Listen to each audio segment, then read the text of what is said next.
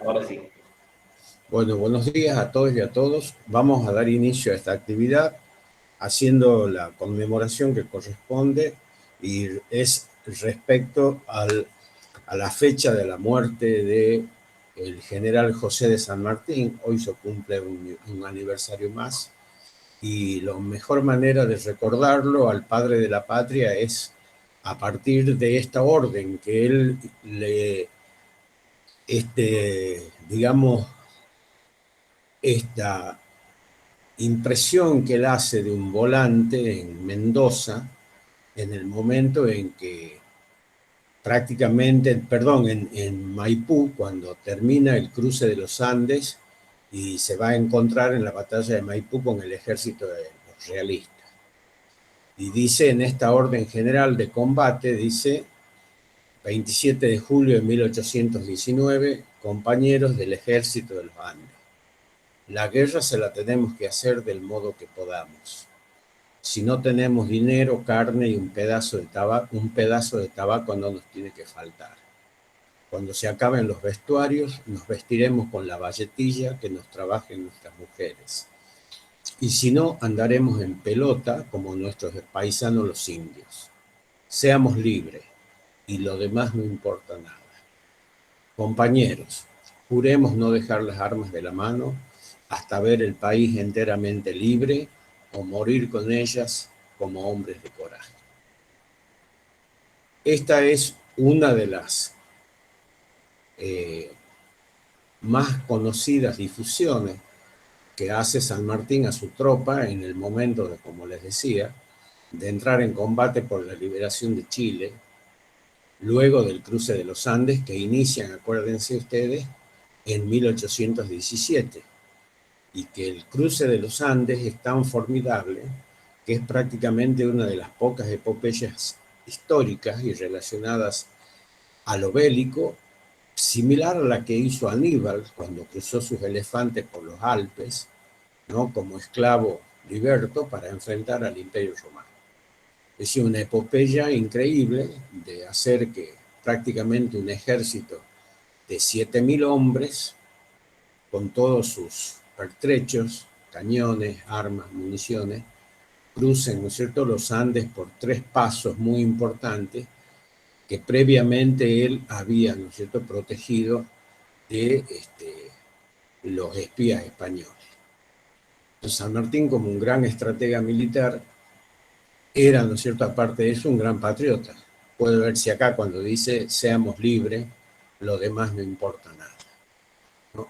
Así que bueno, ese pequeño homenaje al padre de la patria hace que siempre nos acordemos de nuestros orígenes y hoy día, digamos que es un día que correspondería al feriado, estamos, ¿no es cierto?, en actividad. Así que bueno, para comenzar esto y seguimos con nuestras actividades.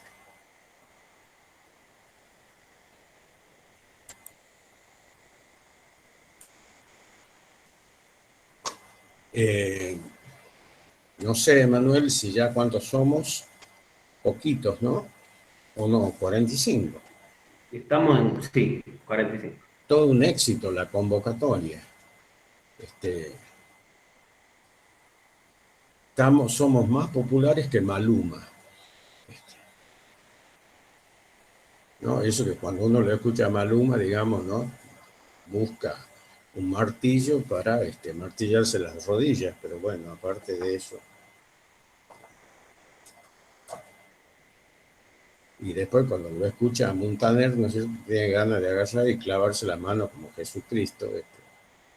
Cuando lo ve a los otros dos ahí en eso, ahí peor, ¿no es cierto? Yo tengo ganas, por ejemplo, que me echen agua hirviendo adentro de él. Así que bueno, pasando de San Martín a Montaner, vamos con todo el humor del día, vamos a comenzar la actividad. Y la actividad, como ustedes saben, chicos y chicas, buenos días, los saludamos de nuevo. Corresponde al trabajo cuatrimestral, en primer lugar, a un análisis y a una devolución del trabajo cuatrimestral que se les dio como parte, digamos, de finalización del cuatrimestre para evaluar los contenidos que habíamos desarrollado en la primera parte del año, que correspondía fundamentalmente a dos estadios del programa de la materia, ¿no? El primero relacionado al presente, ¿no? A la época actual, y luego ya ubicándonos en la diacronía histórica del proceso educativo a través del tiempo, comenzábamos por los orígenes eurocéntricos de nuestra cultura, ¿no? Más allá de que esa no sea nuestra cultura, pero son los orígenes al menos que el discurso dominante nos ha impuesto. Es como decía el señor Enrique Dussel, somos latinoamericanos, pero somos expertos en eurocentrismo, ¿no? Estudiamos la decadencia de una civilización que nos ha conquistado, pero que no nos ha ofrecido nada bueno en materia, digamos, de autonomía de pensamiento. Teniendo presente eso, precisamente hemos tratado de relacionar las dos cosas. Este presente que vivimos nosotros, pandémico, incierto, un presente donde el futuro de la humanidad está, yo diría, bajo un signo de pregunta, porque nadie sabe lo que viene después, ¿no? La incertidumbre se ha transformado en una especie de constante en la vida de nosotros, y bueno, nada sabemos de lo que va a ser el mundo post-pandémico. Y segundo, porque la educación precisamente a través de ese tiempo también nos ha mostrado cómo se produjeron grandes cambios, grandes transformaciones. Entonces, el ejercicio sobre el cual vamos a hacer el informe que nosotros habíamos diseñado establecía eso. El primer ejercicio fundamental era hacer una relación entre pasado y presente, o entre presente y pasado. Así que desde ese lugar vamos a hacer una devolución sucesiva y organizada. Después vamos a abrir un cuadro de diálogo y vamos a comenzar por el informe va a tener distintos momentos y va a estar a cargo de todos los integrantes de la cátedra, y vamos a comenzar, ¿no es cierto?, con el informe que nos va a proporcionar el licenciado Emanuel Montivero. ¿Sí? Así que bueno, Emanuel, es tuya la palabra y buenos días de nuevo a todas y a todos en el Día de la Patria, ¿no? Que es tan Día de la Patria como el 25 de mayo, el 9 de julio, ¿no? Y además porque San Martín es un tipo tan especial que si ustedes algún día estudian historia de la educación argentina van a ver que no solo ha sido introductor del método lancasteriano acá en la Argentina, sino que lo llevó por toda América Latina. Creó escuelas, ¿no es cierto? La primera escuela normal de señoritas y de magisterio en Perú. En fin, un tipo con una inquietud y una visión, además de la mujer, muy interesante, que habría que estudiarlo más allá del bronce, ¿no? Bien. Hay una pregunta ahí que dice, ¿qué método? No entiendo. Y me parece que se refiere al lancasiano. Y usted, claro, usted, profe, menciona que San Martín era el creador del método, no sé cuánto. Ah, bueno, claro. Hay una forma educativa que se da en el siglo XIX a partir del desarrollo de la primera de la primera revolución industrial en Inglaterra, que se llama el método lancasteriano o el método de los monitores de la educación. También, digamos, traduciéndolo en criollo, es el método que descubren los ingleses o que aplican los ingleses, porque este método provenía de Bombay, provenía de la India, y precisamente el colonialismo inglés se apropia de ese método y lo trae y lo patentan como hacen ellos siempre, ¿no es cierto?, en Inglaterra. Un señor que se llamaba Joseph Lancaster, un muchacho, y es una educación pensada para la escolarización de pobres, porque precisamente si algo carecía el siglo XIX y fines del siglo XVIII peor en los países centrales y también en nuestros mundos, en la periferia de nuestros mundos, era precisamente la ausencia de formación de maestros.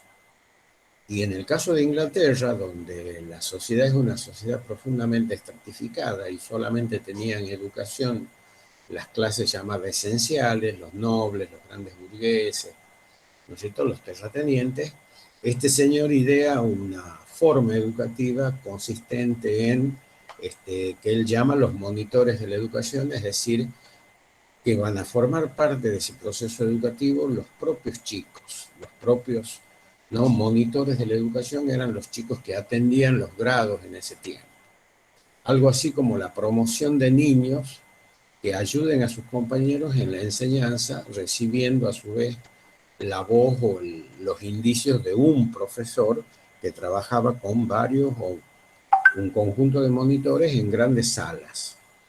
Es la idea de la concepción de la escuela entendida como fábrica, donde se congregaban a una gran cantidad de chicos pobres que no tenían dinero para sufragar la educación, y entonces en esos grandes galpones los educaban fundamentalmente utilizando el método que es el método de lo que hoy llamaríamos así, una empresa o la voz, ¿no es cierto?, escuchando la voz del patrón o escuchando la voz de aquellos que les daba la orden.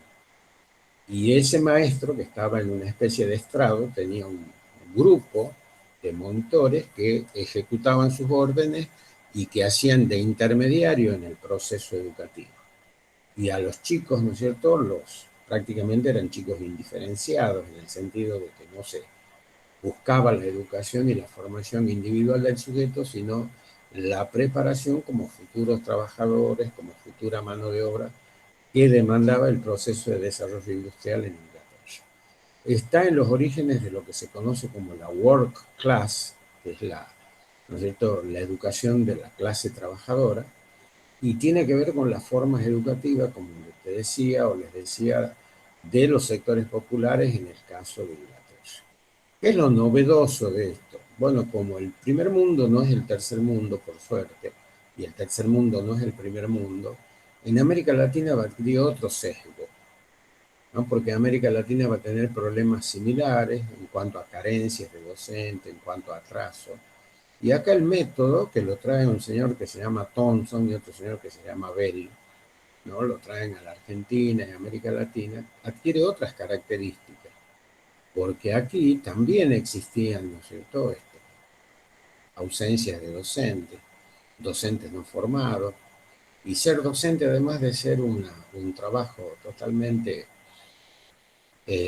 carente de jerarquía, y estaba en manos de presos, estaba en manos de esclavos, estaba en manos de hombres, de varones.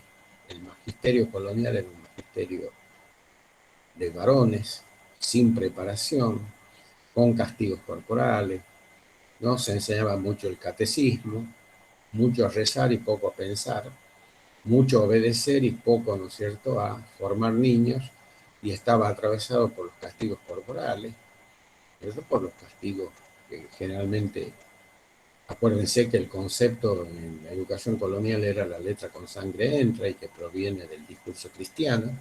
Entonces, el método lancasteriano acá introducido por San Martín va a tener fuertes connotaciones con el proceso de lucha independentista.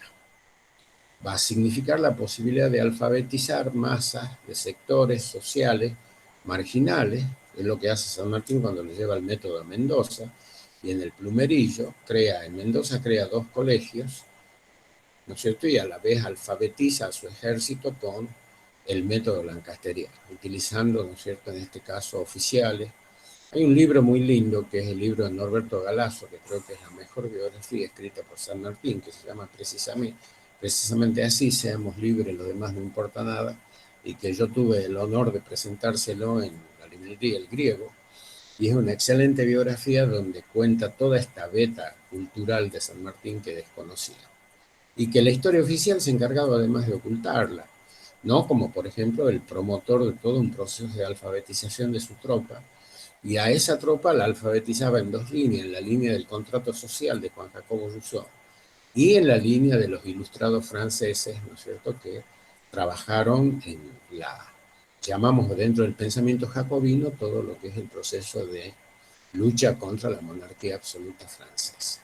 No se olviden ustedes que San Martín fue promotor, junto con el partido militar que él forma, con el regimiento de granaderos a caballo que forma, de lo que se conoce como la Asamblea del año 13, que es la primera asamblea que sesiona después de la Revolución de Mayo en la Argentina, y esa asamblea es la que establece realmente el fin de los privilegios coloniales, ¿no es cierto?, en la Argentina.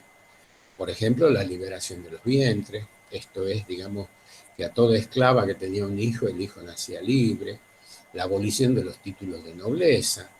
Esto la Asamblea del año 13 establece la quema de todos los métodos y signos de tortura que utilizaba el poder colonial español, la supresión de las muertes infames, como por ejemplo la muerte por el garrote vil, ¿cierto?, la liberación de los negros, de los esclavos, ¿no? Cosa muy poco conocida de lo que fue la Asamblea del año 13, que es la, ¿no es cierto?, el fundamento que le da sentido al llamado partido militar de Juan José de San Martín. Juan José de San Martín es un tipo, yo digo Juan José de San Martín, pero es José de San Martín, ¿no? Porque así también se le decía, que tenía un nombre que le agregaron y que después él no lo usaba. Cuando son todos, se decía también que San Martín era mestizo. Se dicen muchas cosas, San Martín. Lo cierto es que esta gran biografía de Norberto Galazo vale la pena leerla, y es ahí donde él cuenta muy bien cómo San Martín se preocupa por la educación, por la formación de su tropa, ¿no?, y por la introducción del método lancastriano. Y cómo esto nos obliga a pensar cuál sería la conclusión, de que no las formas educativas que se dan en Europa se replican del mismo modo en América. Joseph Lancaster además fue amigo de Bolívar, vivió en Venezuela, ¿no?, un tiempo, el creador del método lancasteriano, y como les digo, Bolívar después se encuentra con San Martín, crean en Perú la primera escuela normal de maestras en 1822, crean la Biblioteca Nacional, y detrás de todo esto, aunque ustedes no lo crean, está un tucumano, un señor que se llama Bernardo de Monteagudo. Así que bueno, hecha esta reseña en función de la pregunta, los invito a todos a conocer un poco más de nuestro pasado, ¿no?, que es tan útil para despertarnos una conciencia distinta y para no adocenarnos como tontos repitiendo las frases hechas. Bien, no sé si he respondido la pregunta, y si no, ya el año que viene, cuando cursen historia de la educación argentina y latinoamericana, supongo que lo van a ver. No creo, porque creo que la materia esa empieza en 1880 y no se ve nada del siglo XIX, la primera parte. Bueno, creo que he respondido a la pregunta, entonces le damos la palabra a Emanuel para que comencemos la devolución de la información respecto a los trabajos presentados. Bien, bien, bien, bien. Sí, es como una mirada más general de la historia. El ciclo independiente no se lo ve en profundidad casos nacionales, sino casos... eh, uy, perdón.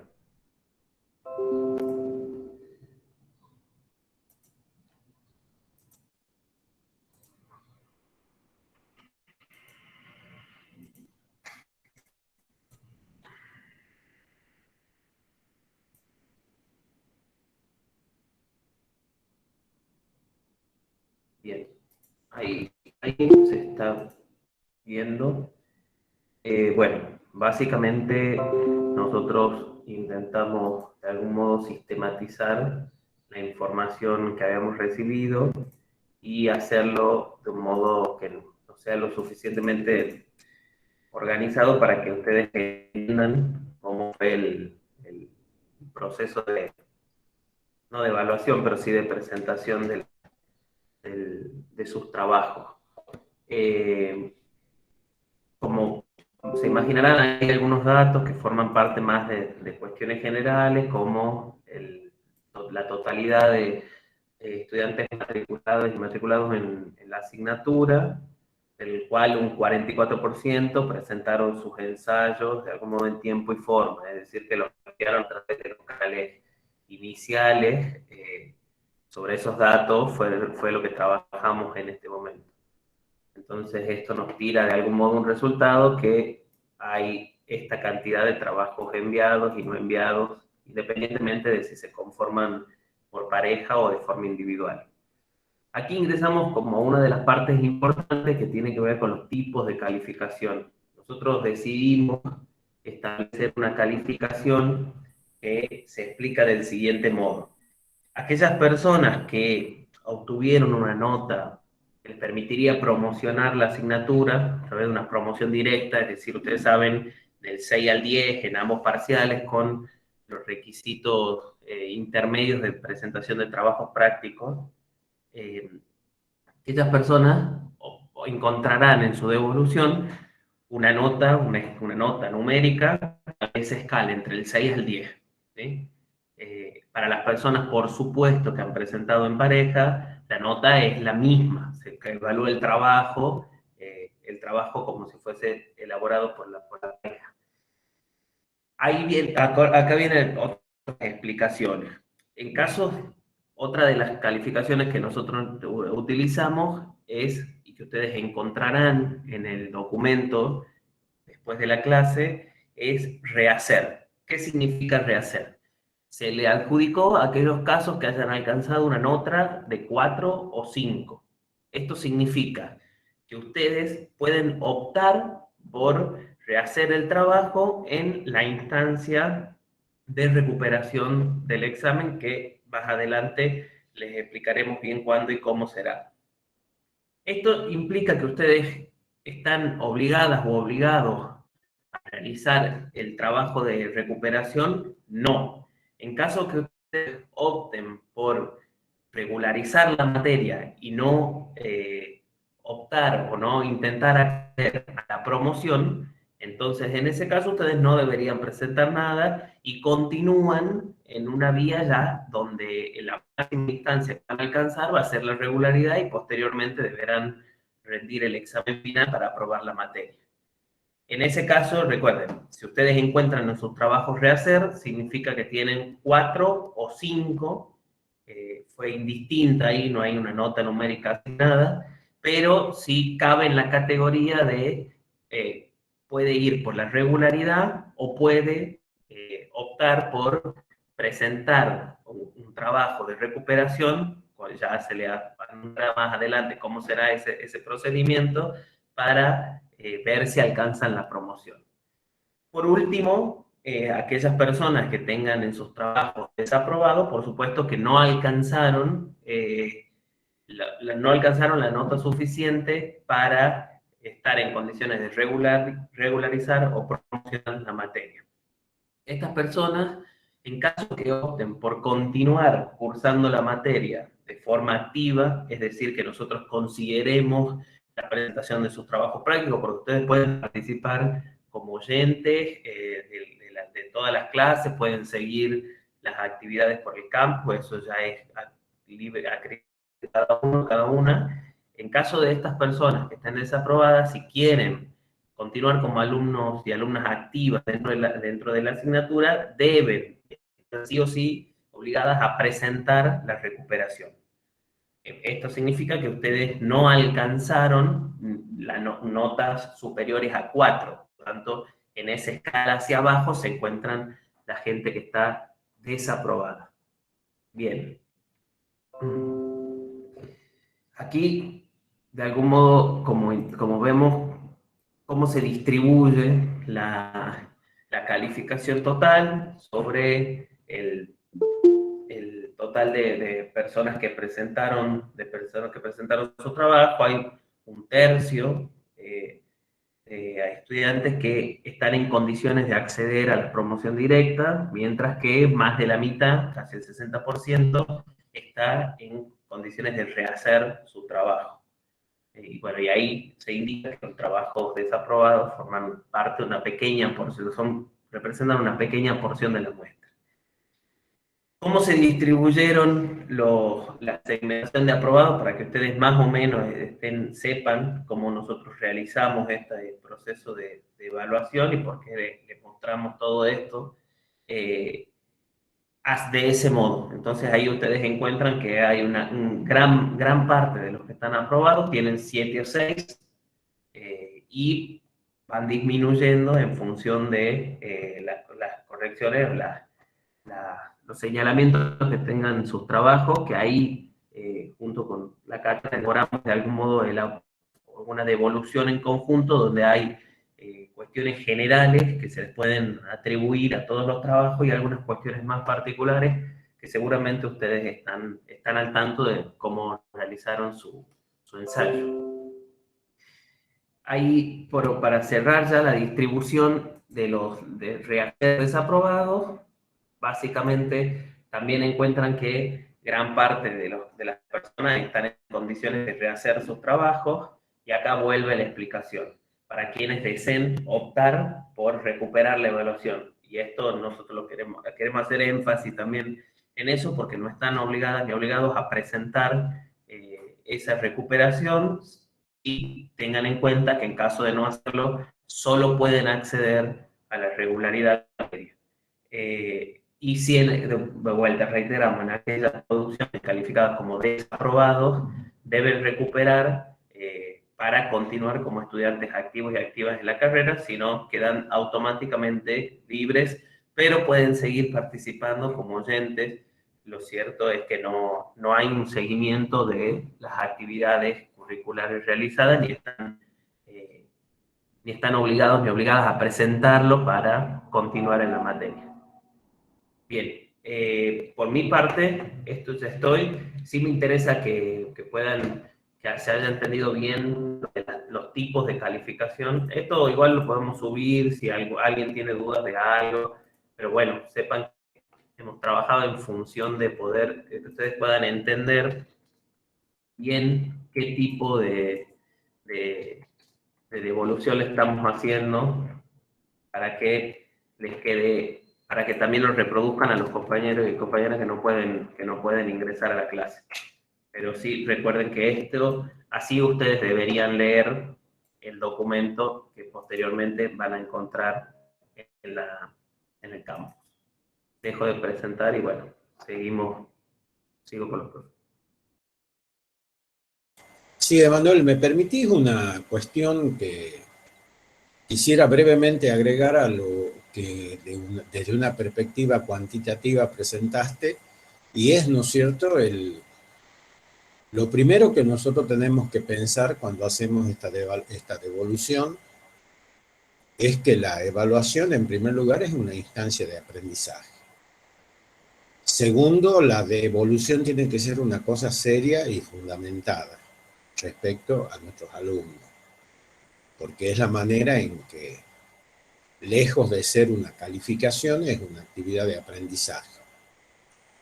Y tercero, porque de este modo nosotros nos adentramos en una cuestión que prácticamente es un problema muy serio de la universidad pública, y es, ¿no es cierto?, la no capacidad, la no posibilidad que tenemos de retener a todos aquellos que ingresan. Porque lo primero que nos tiene que preocupar como colectivo social, como primer año que somos de una carrera, es la cantidad de chicos inscriptos y la cantidad de chicos que directamente no presentaron su trabajo. Si ustedes se fijan, el primer indicador cuantitativo, lo alarmante es que prácticamente un 50% o quizás más directamente no presentó su trabajo. Se abandonó, se desgranó, no está, ¿no? Se perdió.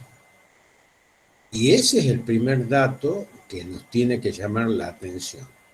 Es decir, muchos chicos ingresan en la universidad pública les abre sus puertas, pero por distintas historias de vida, razones, situaciones, lo que estamos viviendo hoy, como les decía, la incertidumbre de la pandemia, la carencia yo diría por ahí hasta de recursos básicos, de condiciones reales para que puedan estudiar, en este marco de lo que es la conectividad, lo que es, digamos, la disposición de recursos tecnológicos y todo lo demás, nos lleva a un altísimo nivel de lo que nosotros llamamos un precoz abandono de la universidad pública, ¿no? Y eso nos llama mucho la atención, y no vayan a creer que es una situación que solamente se repite por la no presencialidad. Todos sabemos, y es un fenómeno propio de la universidad pública, que en junio pasen otras facultades. Tengo las estadísticas de otras facultades, yo trabajo en la Facultad de Arquitectura, trabajo en otra universidad, que es la Universidad de Jujuy, donde soy profesor visitante, y el fenómeno, esto del abandono masivo de casi la mitad de la matrícula en el mes de junio, posterior a la evaluación, es un tema serio. Así que ese es el primer indicador con el cual nosotros queremos darle a esta devolución un carácter que, aparte de que sea algo relacionado específicamente a la evaluación cuatrimestral, también la enmarquemos en una situación que hace mucho tiempo que la universidad pública no puede revertir, ¿no? Que es la pérdida de la... Y esto se veía cuando teníamos clases, y con esto termino, cuando teníamos clases presenciales, acuérdense, Susana, Liz, Emanuel, un anfiteatro lleno al comenzar el cursado de la materia, con chicos sentados en los escalones, parados en las puertas, y después de junio quedaban la mitad, recuerdo,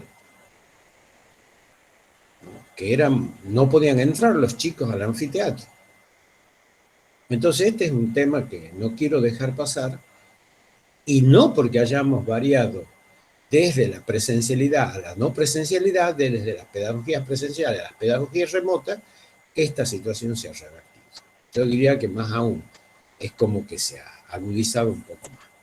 Nada más, ese dato me parece que es el primer dato para arrancar, y que no lo podemos obviar en este análisis y en esta revolución.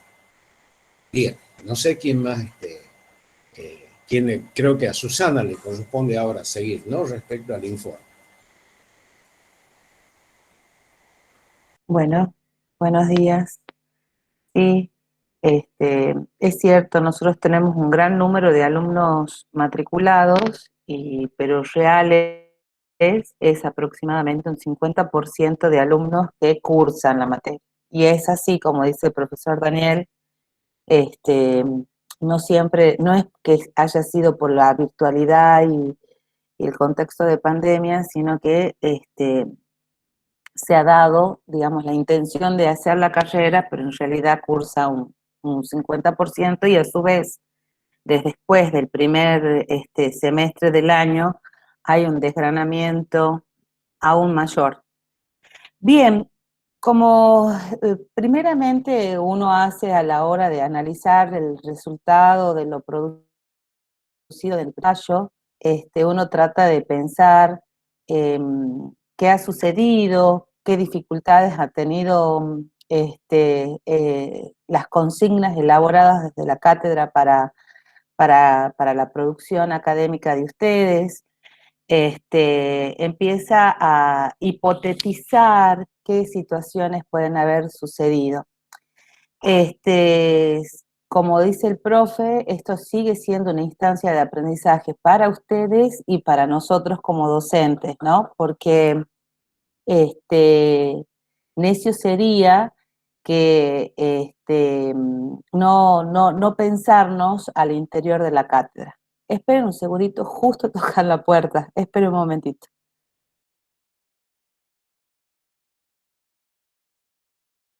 Bueno, entonces, bueno, como primera observación, y pensamos que sí, dentro de los números, bueno, como ha explicado Emanuel, es un gran porcentaje de alumnos que tienen que rehacer el ensayo. Es decir, que están aprobados, pero que no alcanzan a la promocionalidad. Entonces, y tienen la posibilidad de rehacer, de revisar su trabajo para alcanzar una nota mayor, para que les posibilita en un cursado promocional o quedarse en condición de alumnos regulares. Bueno, una primera observación que nosotros podemos encontrar respecto a qué ha sucedido es pensar en las consignas. Pensábamos si las consignas habían sido difíciles.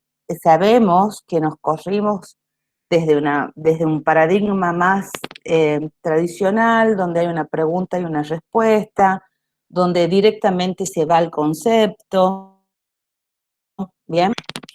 Desde el inicio de la cátedra y desde los trabajos prácticos que la cátedra presenta como propuesta de trabajos prácticos, siempre son trabajos de elaboración, de producción, de una producción intelectual, grupal.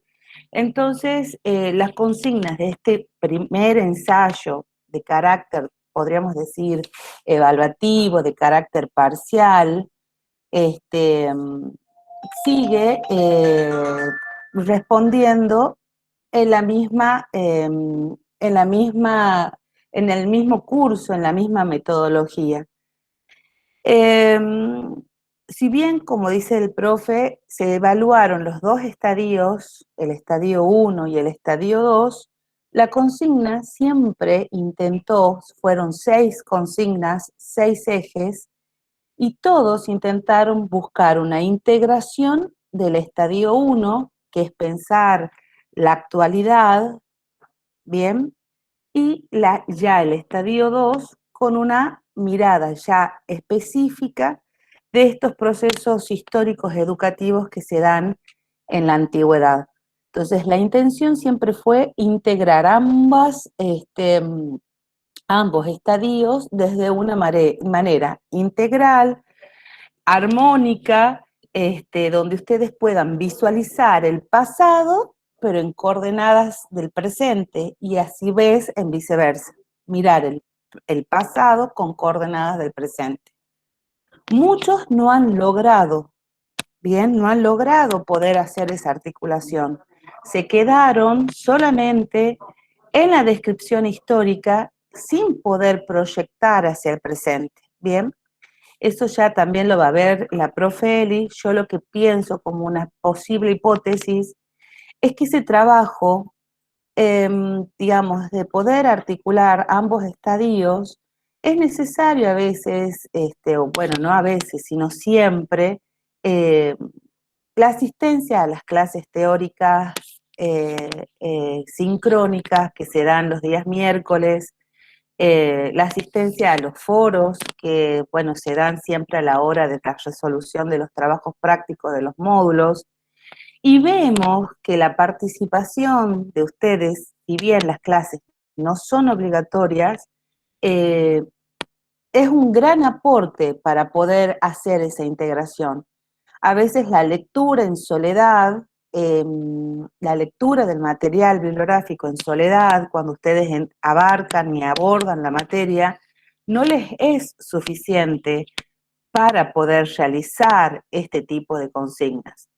Entonces, bueno, es volver a recalcar la necesidad que ustedes estén a lo sumo un integrante del grupo para que pueda realmente lograr esa articulación que permanentemente se lo hace, ¿no? En todas las clases siempre se mira hacia el presente. El presente nos invita, no puede dejar de estar en las clases, ¿no? No deja de ser abordado por el profesor. Entonces, creemos que una imposibilidad de poder realizar esta integración de de ambos estadios es porque, bueno, por ahí le falta el escuchar, el poder debatir, el poder presentar sus dudas, ¿no?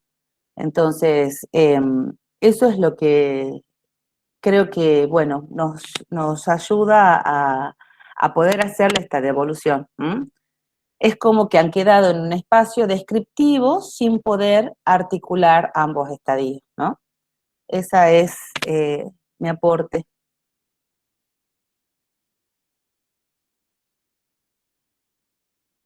No sé, Eli. Bien, gracias. Bueno, buenos días.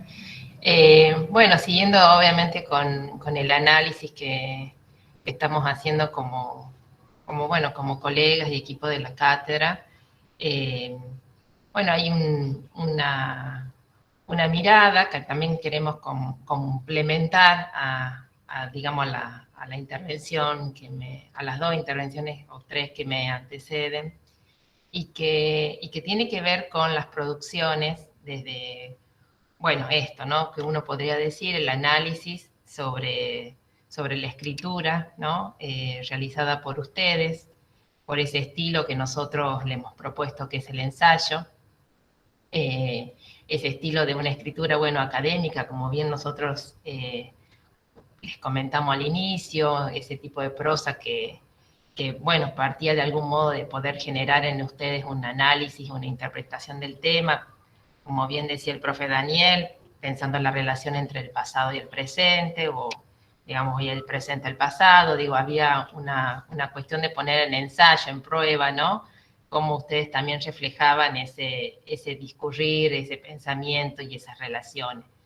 Sí es importante mencionar, digamos, que en tanto los trabajos que tienen, bueno, estas tres categorías que se les analizaron, sí, de algún modo, la calificación, que es lo que ustedes hoy tienen, digamos, que es una forma de, ¿no?, de dar una acreditación o no sobre una propuesta de evaluativa, el sentido, por supuesto, es mucho más abarcador y tiene que ver con esta concepción que bien mencionaba el profe Daniel, que tiene que ver con el sentido de una evaluación formativa y de retroalimentación, y que tiene que ahondar sobre aquellos aspectos que de algún modo a ustedes le dé indicios y puedan tener, ¿no?, una orientación clara sobre qué cuestiones, ¿no?, hay que revisar, rehacer, revisitar, ¿no? Me parece que esto es clave porque no es lo mismo recibir una nota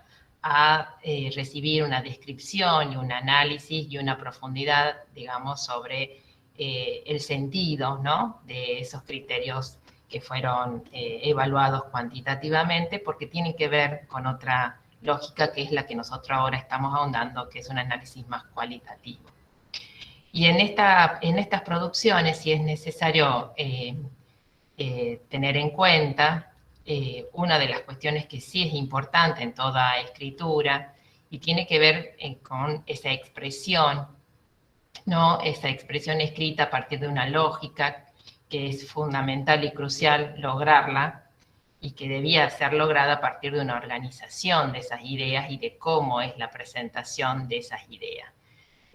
Una de las claves es ese proceder, ¿no?, en la escritura de manera organizado, por supuesto, y subsumido a la temática referida, ¿no?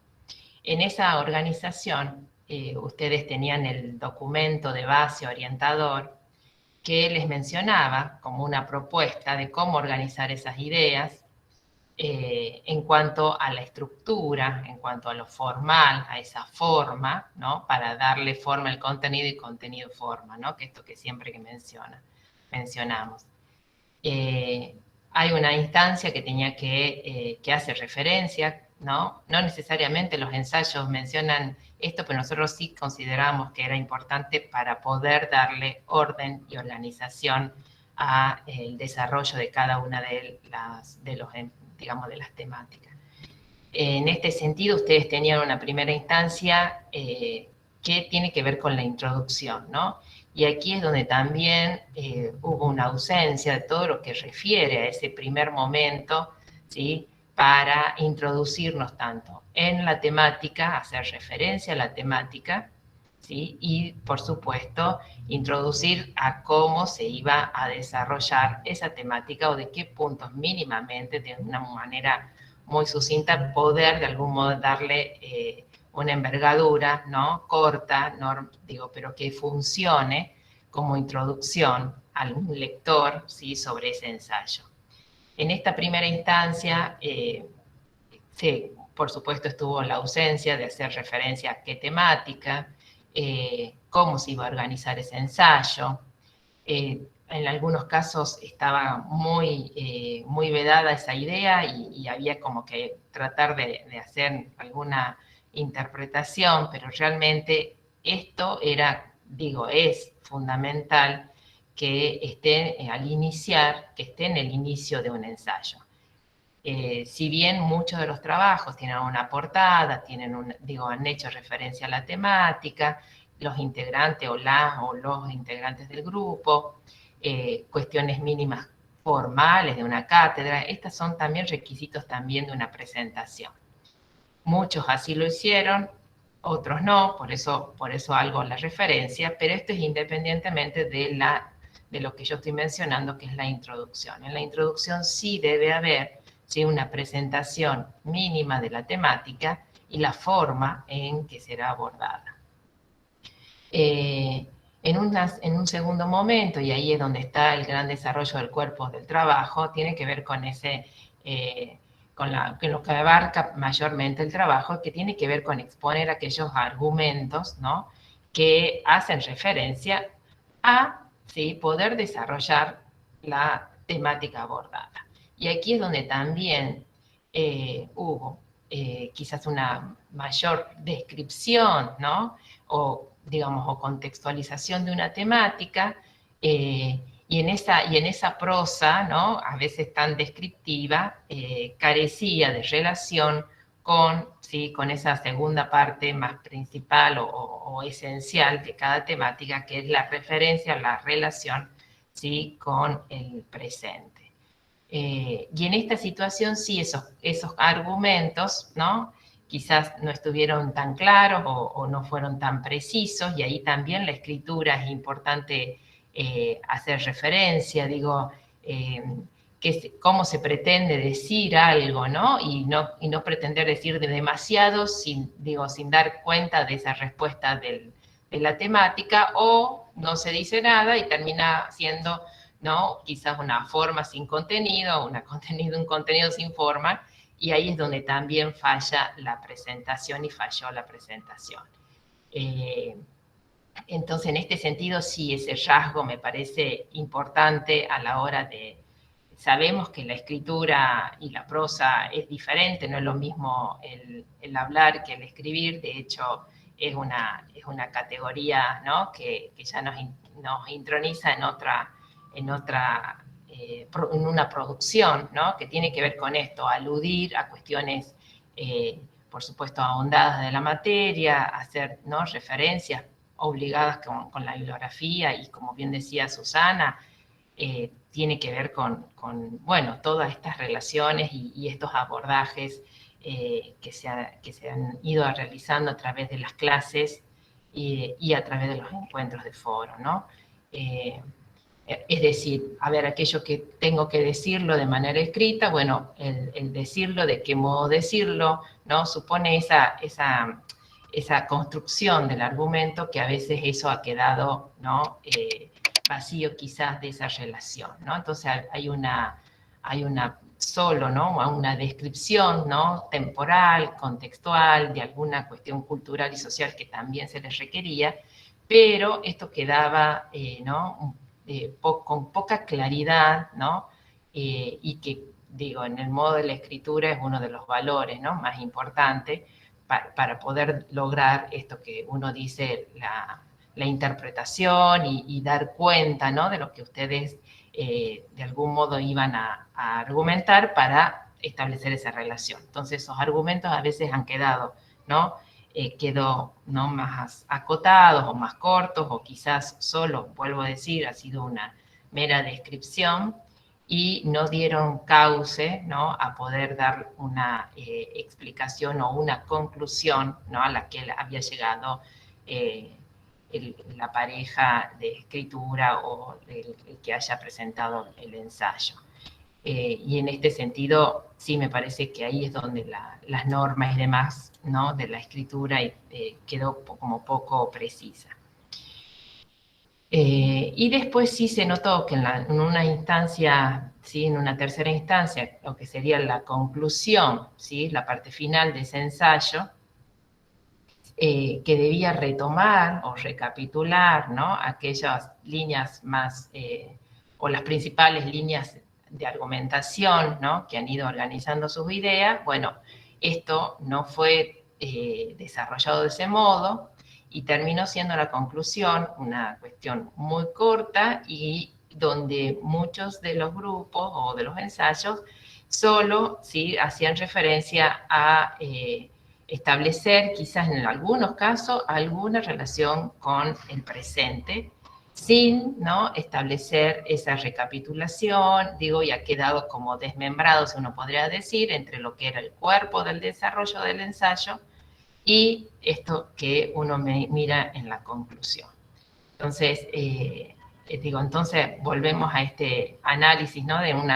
De cómo a partir quizás de esto lo que ustedes han ido y deberían de haber tomado en cuenta, de las partes en las cuales está dividida la temática, bueno, realizar esto, ¿no? Una construcción quizás de una idea principal, un argumento general, y de ahí decantar algunos argumentos que sostienen esa idea principal para establecer la relación y el desarrollo en la conclusión, ¿no? Me parece que en este sentido es lo que de algún modo ha ido ¿no? variando y es lo que ha ido definiendo, ¿no? Este no cumplimiento o el no poder de algún modo lograr, ¿no? Lo que de algún modo nosotros consideramos estas líneas, ¿no? De características de un ensayo, ¿no? Que tiene que ver con esa construcción semántica, ¿no? Inductiva, que de algún modo nos posicione y tenga un posicionamiento con una interpretación a partir de ustedes de ese ensayo, ¿no? Me parece que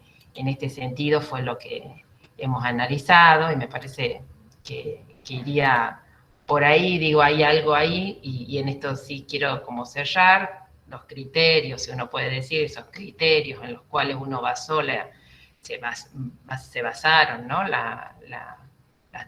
Los criterios de evaluación tenían que ver con el grado de comprensión y apropiación de esa información en cuanto a dar cuenta, ¿no? De esa relación o no, esa capacidad para argumentar, ¿no? Y sobre todo esa profundización en la reflexión como uno de los pilares en cada desarrollo temático que tiene que ver con esa mirada, ¿no? De ida y vuelta entre el presente y el pasado y el presente.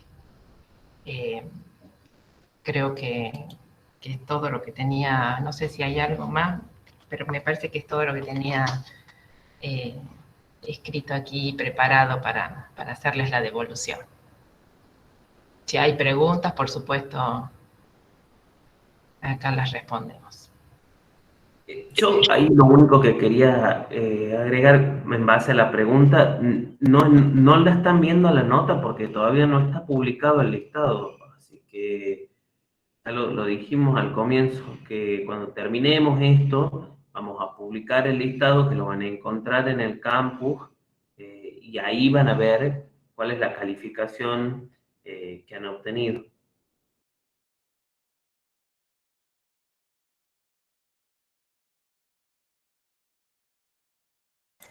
Sí, pero si me parece que la demanda es la nota, es como que seguimos sin entender el significado de esto. Porque si la demanda es la nota, entonces le ponemos directamente la nota y no le devolvemos nada, no le decimos nada. Entonces, chicos, a ver si nos despejamos la cabeza del pragmatismo vacío. Quiero saber la nota. No, la nota es la consecuencia de algo. Por favor. ¿No? Entonces, todo eso que preguntan por la nota, lo que podremos hacer es decirle la nota sin decirles por qué están gomeados, por ejemplo. Y como se dice en criollo, bueno, se van a llorar a las iglesias. Si nosotros nos tomamos este trabajo de devolverle las razones por las cuales ustedes han fracasado, es para que se preocupen por el fracaso, no por la nota. A ver, pongamos las cosas, el carro, no detrás de los caballos, sino los caballos delante del carro.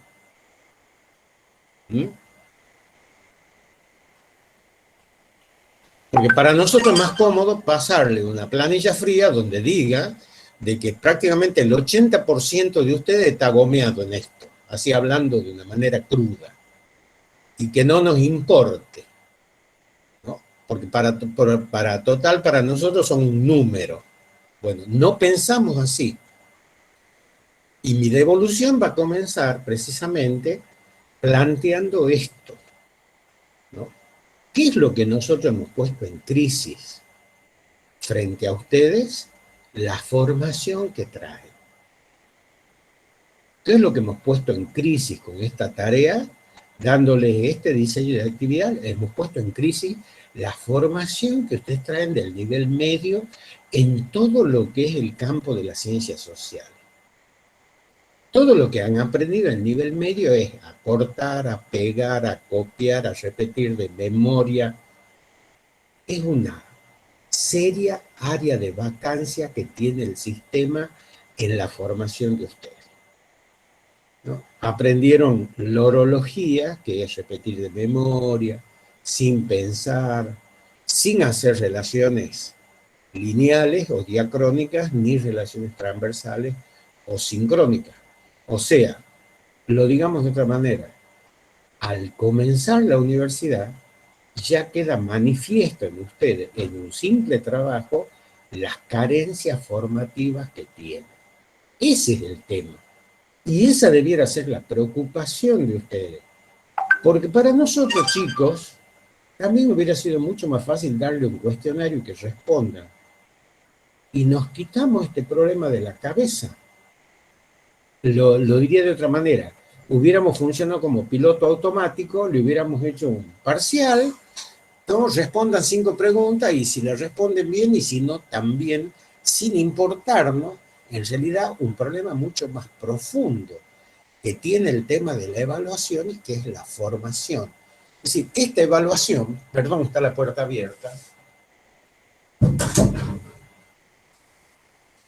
porque le acabo de saludar a mi perrita, que siempre que estoy acá entra y me lame la oreja, porque es el saludo del día. Bueno,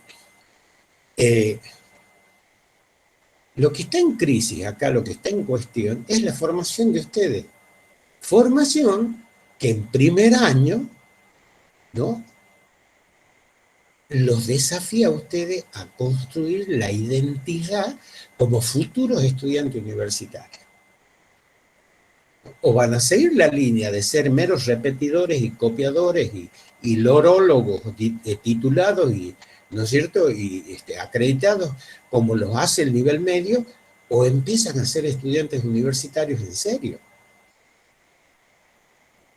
a construir una identidad que va a ser, primero, la identidad, como dice, ¿no es cierto?, Marta Teobaldo y su hermana, Mirta, dos grandes especialistas en el estudio de los ingresantes en la universidad, o comienzan a construir su identidad como estudiantes universitarios, o lo esperará el fracaso a corto plazo.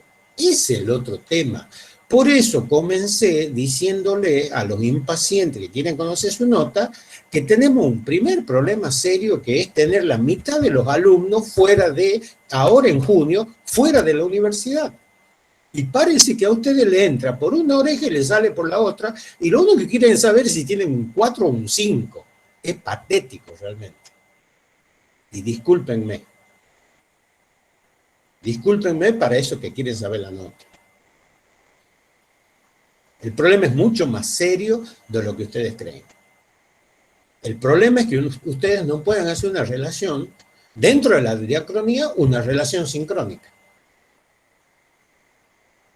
El problema es que confunden el estilo libre de un ensayo, que en este caso está pautado, porque no es un ensayo de opinión, sino es un ensayo fundamentado y ajustado a lo que se llama, ¿no es cierto?, la alfabetización científica, que es lo que tendrán que aprender a escribir, y que no es lo mismo que la alfabetización coloquial y que el lenguaje coloquial escrito. No es un cuento el que van a escribir, no es una novela.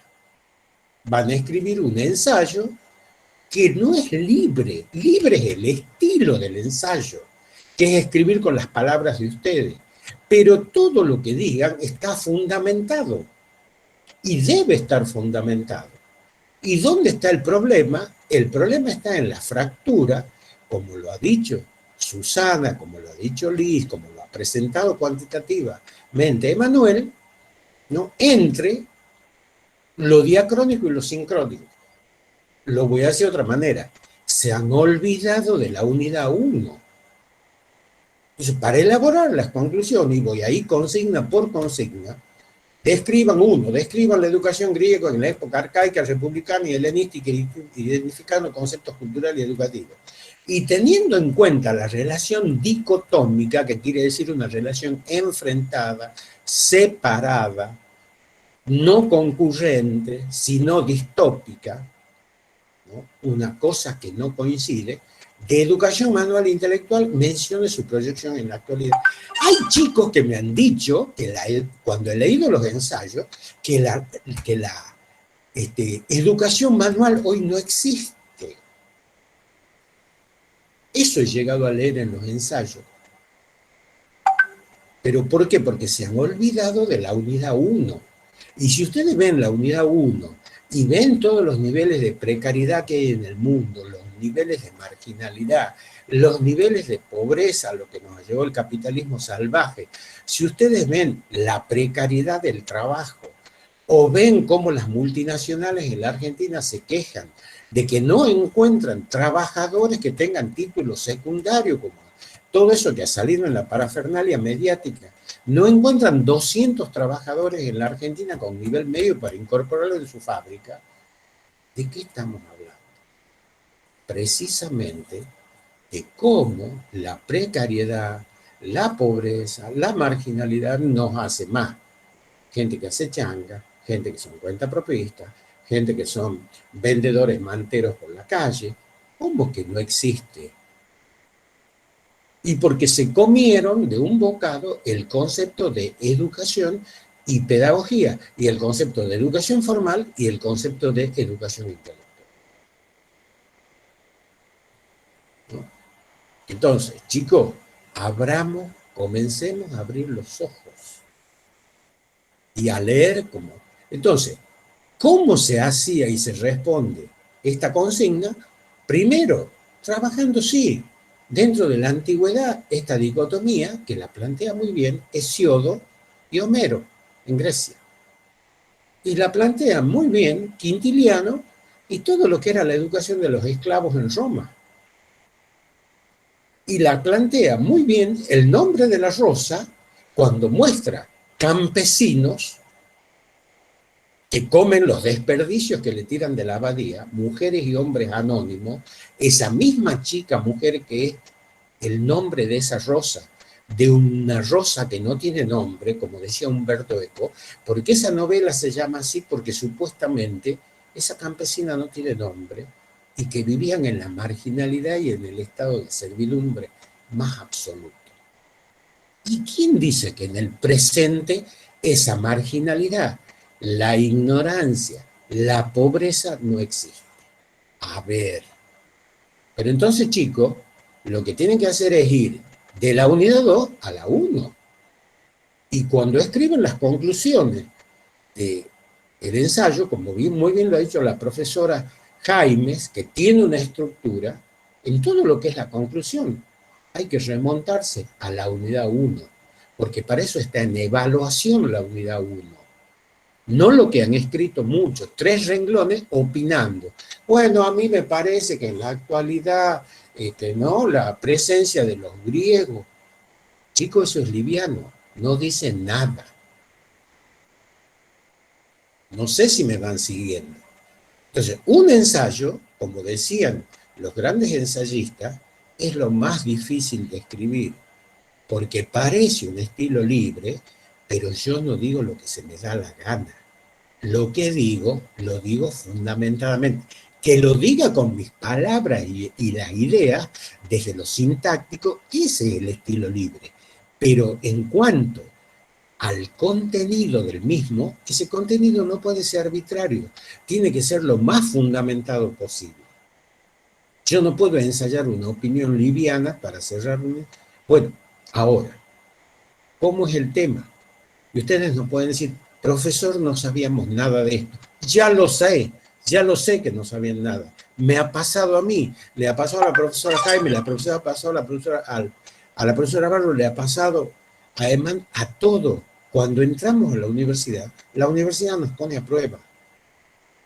Entonces, Para mí y para nosotros, que los queremos mucho, porque los queremos mucho en serio, no nos pasa desapercibido que ustedes sigan siendo personas adocenadas, acostumbradas a contestar, ¿no es cierto?, como se contesta en un proceso de acción y reacción. Cuando lo pinchamos con un alfiler, gritan. Esa es la respuesta. Pues no queremos eso. Queremos que comiencen a formarse como verdaderos estudiantes universitarios, como personas que piensan, como personas que rompen los moldes de la lamentable educación secundaria que tenemos que presentar y que algún día habrá que hacer una profunda revolución curricular y metodológica de la educación secundaria, para que los chicos no digan, como me decían a mí los chicos en la escuela normal, profesor, el secundario es para joder y la universidad para estudiar. Bueno, ven ahora los resultados de eso, los ven a los resultados de eso. El secundario sí, tiene todas las cosas de la adolescencia y hay que vivirla intensamente, pero no es para joder. Es propedéutico, es para prepararse para la universidad. Si no, nos pasa esto. Tenemos la mitad de los chicos afuera y tenemos un 80% de chicos desaprobados. No sé cómo les habrá ido los otros parciales tradicionales. No nos importa o sí nos importa. Y en algún momento ustedes tendrán que hacer ese cruce. Pero esta materia tampoco quiere ser ni distinta, ni queremos descubrir el agujero del rosquete, ni nos interesa saber cuál es el agujero del mate. Nosotros sospechamos, por los trabajos que han escrito, por las cosas que han escrito, que tienen una formación precaria en todo lo que es ciencias sociales y en particular en todas las ciencias sociales que estudian el pasado, que estudian los hechos a través del tiempo. Y esa formación del nivel medio es una formación que no solo es una cuestión pedagógica, sino es política, y por eso les presenté cosas de San Martín que ustedes, yo supongo que desconocían totalmente, porque les enseñan un San Martín que es de bronce, un San Martín despojado de política, de compromiso, de identificación con los más débiles, de su concepto de libertad, de haber hecho una epopeya gigantesca, como la hicieron, ¿no es cierto?, los elefantes de Aníbal, para liberar pueblos, porque se daba cuenta que al poder español no solo había que echarlo de la Argentina, había que echarlo de toda América Latina para ser realmente libres. Entonces, ese ejemplo de San Martín se los presenté intencionadamente, pero además porque hay que recordar esta fecha. Lo mismo pasa con la consigna 2. A partir de las características humanitas romanas y de exponentes como Quintiliano en la antigüedad grecolatina y San Isidoro de Sevilla en la medievalidad temprana, exprese sus ideas y conceptos que podían proyectarse a la actualidad desde lo pedagógico escolar, como así también desde el plano de una política pública. Bueno, ¿cómo entonces el ensayo este? Sí, como decía la profesora, lo primero que hay que poner es la consigna, transcribir la consigna. Acuérdense, el ensayo, si tiene una característica, es cuyo tema es profundamente inductivo. Nadie escribe ensayos sobre generalidades. Los grandes ensayistas son aquellos que toman un tema y lo desarrollan puntualmente. Lo dice el mismo Umberto Eco. Él habla de las tesis, de los ensayos y de toda la literatura que apunta a lo que se llama no abordajes generales, sino abordajes estrictamente particulares. Y si algo tiene un ensayo, está en función de una consigna puntual. Entonces, lo primero que hay que transcribir en un trabajo es la consigna. Porque si ustedes ponían, por ejemplo, había chicos que ponían un título, La educación y Quintiliano, y con ese título confunden el contenido del trabajo. Entonces, lo primero en la presentación del trabajo, como decía la profesora Lee, es la consigna, porque la consigna es la que me ata. Y porque si a mí me dicen, ¿cómo te llamas? Yo no puedo responder, vivo en la San Juan al 1700. Porque me están preguntando cómo me llamo, no dónde vivo. Entonces, ese es el otro tema de un ensayo. Un ensayo como una escritura que tiene un profundo carácter temático unilineal, se tiene que ajustar a la consigna. Y entonces, el desarrollo es la antigüedad greco-latina y Sevilla, Isidoro Sevilla en el medieval literal. ¿Y cómo hago yo para ir a las ideas y conceptos que se proyectan, a esas ideas y conceptos que se proyectan en la actualidad de lo pedagógico, escolar, como así también desde el plano de las políticas públicas? ¿Cómo va? Me voy de nuevo a la unidad 1 y la repaso y descubro dónde están las raíces grecolatinas y medievales en la actual educación escolar actual. Yo les doy un solo ejemplo. En la tradición cultural hispano-colonial está presente en los castigos corporales. Está presente en la penitencia. Está presente en la idea de que el aprendizaje es un acto de contrición. Está presente en el castigo de los niños. En lo que los jesuitas hacían con los niños que no aprendían, que era hincarlos en maíces. O los maestros, como mostraba bien, ¿no es cierto?, Pablo Pinó en su película sobre la ley 1420, que es la que prohíbe expresamente los castigos corporales en la Argentina, muestra cómo en la escuela había palmetas y cómo a los chicos les bajaban los pantalones y le pegaban, ¿no es cierto?, hasta hacerle brotar la primera sangre en las nalgas, en los glúteos. O cómo, ¿no es cierto?, me pasó a mí en la escuela José Mármol en los años 60, cuando tenía pantalón corto y iba a la escuela, que había una maestra que nos hacía poner las manos en el escritorio y nos daba con el puntero en los dedos porque no ablandábamos las manos en tercer grado. Entonces, toda esa antigüedad greco-latina, desde Quintiliano, que yo pongo un ejemplo para que se entienda, porque Sócrates ya decía que el ejemplo es uno de los recursos más didácticos que tiene la enseñanza, desde Quintiliano, ¿no es cierto?, desde San Isidoro de Sevilla, el tema de los castigos corporales en la tradición hispano-colonial y occidental y cristiana fue una constante en la formación de los niños. Pegarle, hacerlo sufrir, la idea del calvario, la idea de que es una corona de espinas, la idea donde a la escuela vos vas para que te pongan el bonete de bullo, de tonto, te pongan parado mirando en la pared.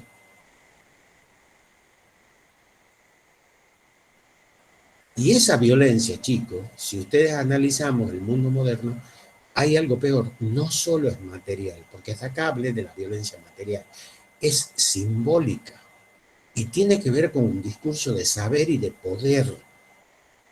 Cuando el docente menosprecia al alumno, cuando el docente ejerce violencia simbólica sobre el alumno, subestimándolo, cuando el docente, como se dice en criollo, y a ustedes les habrá pasado, cuando un alumno va a hablar a un docente y el docente no le da pelota, está haciendo cualquier cosa mientras el alumno le habla, ni siquiera lo mira a los ojos, o está escribiendo o atendiendo otra cosa y está siempre apurado. Y lo que el alumno dice siempre es relativo o está secundarizado en cuanto a valor. Y esa es la otra dimensión que tiene la problemática de la presencia de la violencia, siguiendo este ejemplo, hoy en el presente. Y esa violencia se ha extendido a las cuestiones de género y del abuso y del maltrato y de la condición de que porque es mujer puede llegar a ser inferior en muchas carreras universitarias, donde hasta 1928 en la Argentina no se recibía una mujer porque medicina era solamente para que estudien los hombres, ciencias agrarias era para que estudien los hombres, las ingenierías eran para que estudien los hombres, arquitectura. Yo estoy en la facultad de arquitectura y ¿qué, por ejemplo, dicen los arquitectos? ¿Dónde has visto vos que a esta changa si va a una obra y le da una orden a los albañiles le van a dar pelota a esta mina? Se le van a cagar de risa. ¿Por qué? Porque es mujer. No puede ir a una obra a trabajar con los albañiles. Fíjense el prejuicio. Hoy, estamos hablando hoy, siglo XXI. Entonces, chicos, tenemos que calentar los motores y la unidad 1 también existe en la evaluación.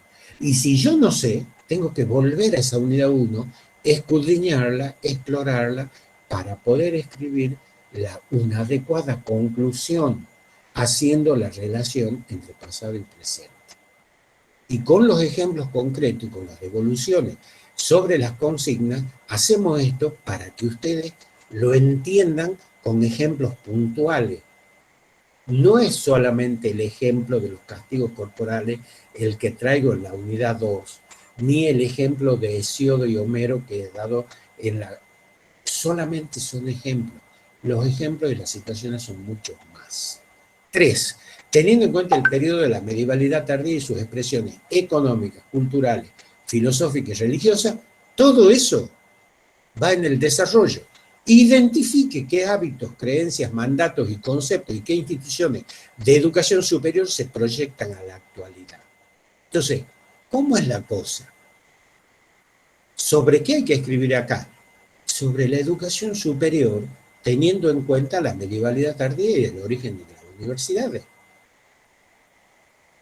Ahora, pasan 10 siglos entre la primera universidad que se crea, en Salerno, en el siglo XI, y estamos en el siglo XXI. Pasan 10 siglos. Cuando pasan 10 siglos, a uno le preguntan, a ustedes le preguntan, identifiquen qué hábitos, creencias, mandatos y conceptos y qué instituciones de educación se proyectan a la actualidad. Bueno, ¿qué cosas como hábitos, costumbres, ¿no es cierto?, creencias, visiones trascendentes o visiones supersticiosas o relatos, ¿no es cierto?, populares nos quedaron guardados? ¿Qué mandato, qué conductas socialmente necesarias que se consideren adecuadas tenemos que cumplir? ¿Y qué ideas y qué instituciones quedan de ahí? Bueno, la universidad pública de hoy concentra hábitos de estudio, creencias respecto al estatus social, mandatos respecto a la profesionalización y una visión del conocimiento que es la visión disciplinar, especializada, profesionalizante. Y además hoy esas universidades guardan relación con las universidades de hace 10 siglos. De ningún modo, no en la Argentina al menos, donde desde la reforma universitaria del 18 hemos dejado afuera todo lo que es el saber confesional, dogmático, todo el saber de la herencia hispano-colonial, que es la que trajo toda la tradición de la universidad impuesta por los jesuitas en la Universidad de Córdoba y por los franciscanos en la Universidad de Charcas, y que fueron las universidades llamadas coloniales, las que fueron la extensión de la medievalidad en América Latina. Pero hay un quiebre, y ese quiebre está dado por la reforma universitaria del 18, donde el concepto actual de universidad es el concepto actual que tiene como sustento los llamados 4 pilares fundamentales de la universidad reformista: la docencia, la investigación, la extensión, la gestión y la formación. Entonces, ya sé que usted me va a decir, profesor, sí, pero todo eso no sabemos. De eso se trata.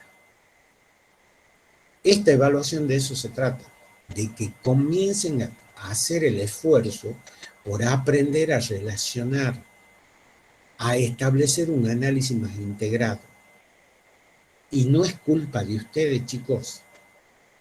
La formación que traen se pone en blanco y negro cuando entramos a la universidad. Y nosotros hacemos esto para que ustedes no anden a los cabezazos por las paredes, como nos pasó a nosotros, que en tercer y cuarto año, cuando ya quedamos poco, íbamos entendiendo, o no Susana, o no Elizabeth, no Emanuel, qué era una relación transversal, cómo integrábamos al contexto. Pero ¿y qué? ¿Cuántos gomazos nos habían dado? ¿Cuántos cabezazos en la pared habíamos dado? Entonces, lo que nosotros queremos es que este problema ustedes lo visualicen en primer año a partir de una simple prueba para que empiecen a aprender a trabajar de manera integrada, holística, problematizada, el discurso de las ciencias sociales. Porque esta materia, más allá de ser histórica, tiene un núcleo conceptual histórico, pero cuando ustedes estudian sociología de la educación, cuando estudian currículum, cuando estudian filosofía de la educación, cuando empiezan a estudiar las materias del ciclo superior de la carrera, se van a encontrar con una exigencia de este tipo. Relacionar pasado y presente, relacionar diacrónica y sincrónicamente los hechos, e integrar los hechos a un contexto. Trabajar los hechos del pasado educativo con el presente, las problemáticas del sistema educativo con todo el proceso de construcción del sistema en la Argentina y toda la situación que actualmente no van a ser enseñadores, porque esa es la desgracia de esta carrera. Los prepara para ser enseñadores, no para ser intelectuales de la educación.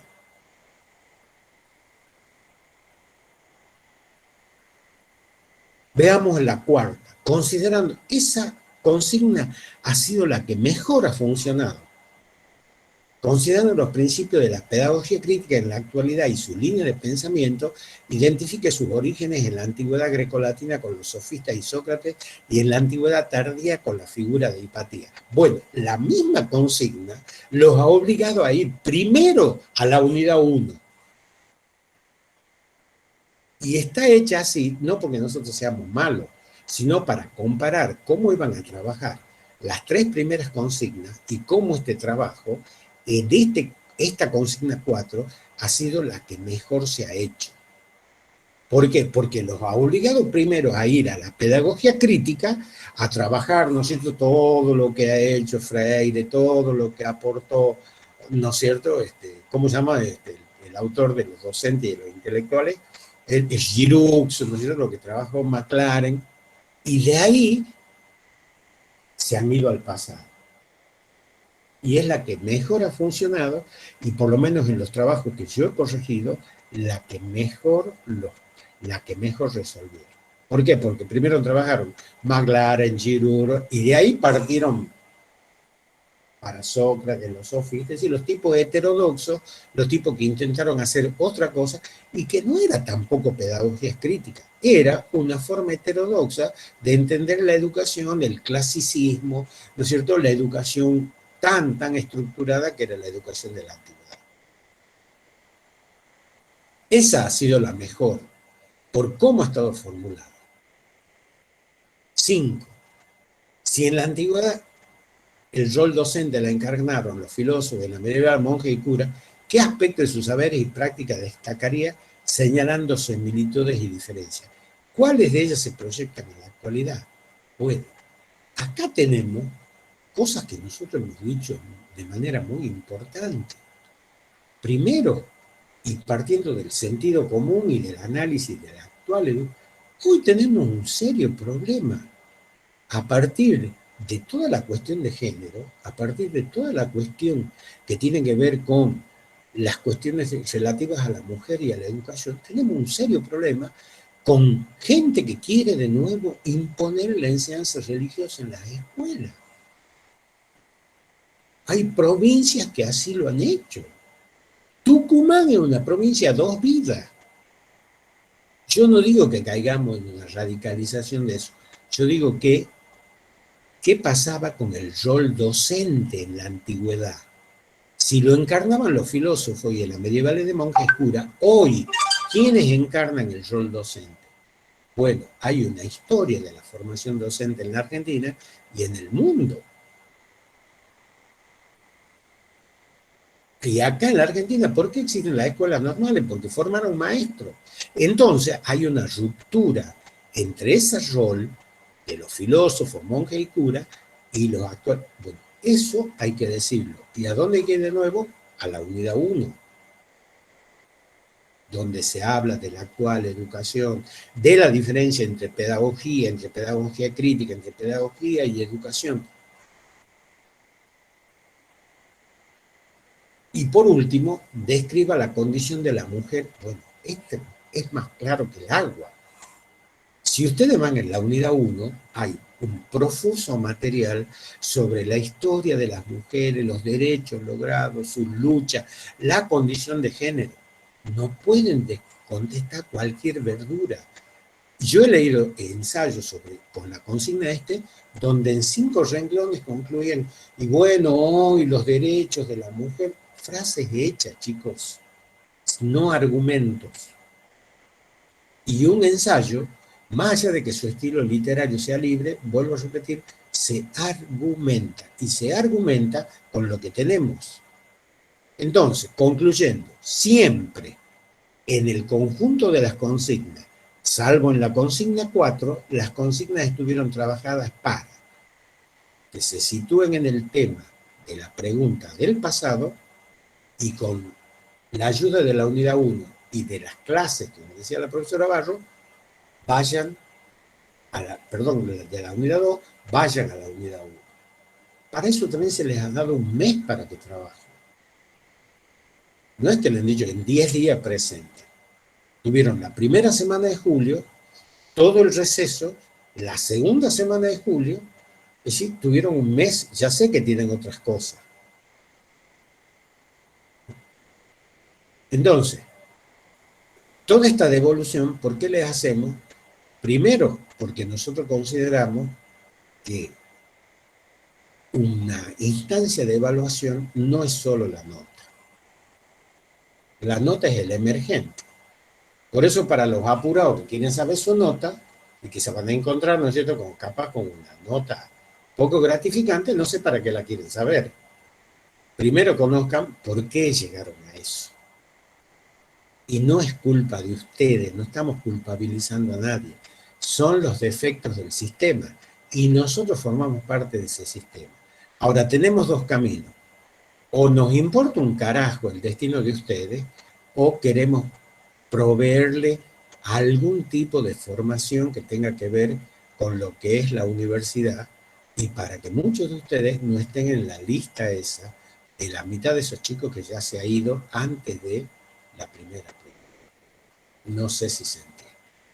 Si fuéramos de otra catadura, discúlpenme el exabrupto, nos importaría un carajo. Les hubiéramos dado 5 consignas, pero ¿saben qué? Hubieran sacado una buena nota, pero no pensarían, pero seguirían pensando igual y seguirían haciendo las cosas de chicos secundarios. Nada más. Así que dejamos abierto para sus preguntas, ¿no es cierto?, esta devolución, porque además entiendo yo que todo está por mejorarse, que ustedes tienen la oportunidad de rehacer su trabajo, que no hay intención de que ustedes queden afuera, menos por parte de nosotros. Y que si hacen un trabajo medianamente bien, también esperamos que con un 6 sigan en la carrera de la promoción de la materia, porque no esperamos tampoco de que hoy para mañana aprendan a hacer las relaciones con el pasado, aprendan a hacer la relación entre la sincronía y la diacronía, sino que lo mejoren un poco al trabajo, se fijen un poco en la unidad 1, se preocupen por encontrar los argumentos, y a nosotros nos contentaría que la mayoría llegue al 6, al bueno, y ya está, siguen en carrera, siguen en la promoción de la materia. Pero ¿saben qué? Aprendieron algo.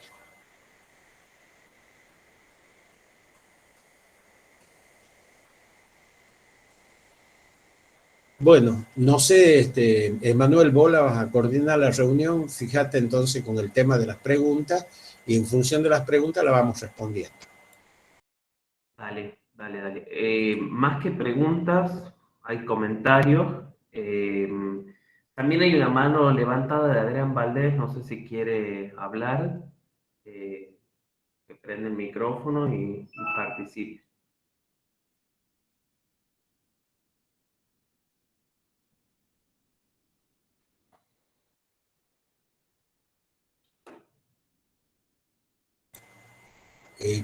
Me decías que hay una pregunta puntual.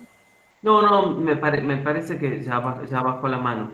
No, más que nada hay comentarios y la única pregunta sí sería en torno a quienes no pudieron presentar el trabajo, ¿en qué condición quedan? Bueno, a ver, Todos sabemos la excepcionalidad que vivimos con la situación esta. A ver, tienen que ir aprendiendo, chicos, cosas que son fundamentales de la vida de adulto. Si no pudieron presentar el trabajo, tienen que avisar. No ahora, cuando ya, como quien dice, está consumada la política de los hechos. O sea, si ustedes vienen ahora, ¿no es cierto? Y nos dicen, no pude presentar el trabajo ahora, es como que a mí se me prende una luz. Dicen, ¿cómo? Ahora recién te acordás de avisar. ¿Por qué eso no lo dijeron, por ejemplo, al comenzar el receso? Profesor, tenemos problemas de conectividad, no sé si se entiende. Nosotros no tenemos ningún problema en darles oportunidades, chicos, pero tenemos que empezar a actuar como adultos. La señorita Olea dice los que no pudieron presentar. ¿Y por qué no pudieron presentar? ¿Y por qué no avisaron en tiempo y forma? ¿Por qué no mandaron en los lugares de comunicación? Tenemos tal dificultad, tenemos este problema, estoy trabajando, no tengo datos en el teléfono. Todo hay que tratar de utilizar el concepto de responsabilidad en estas cosas. Por supuesto, señorita Olea, que así como van a tener un tiempo para presentar el trabajo en el rehacer, usted presente su trabajo utilizando ese tiempo. Pero le suplico, le pido por favor a usted y a todos, que cuando tengan una dificultad de ese tipo, avisen con tiempo. Y no me diga ahora, ¿no es cierto?, 17 de agosto, que usted no puede presentar el trabajo. Eso me lo tendría que haber dicho la primera semana de julio. O, en su defecto, cuando hemos vuelto del receso. No sé si se entiende. No tenemos que dejar que como quien dice, que los plazos nos tapen. Además, usted con todo derecho, si usted tenía problemas, nos decía, profesor, tengo un problema para presentar el trabajo. No sé si me entiende.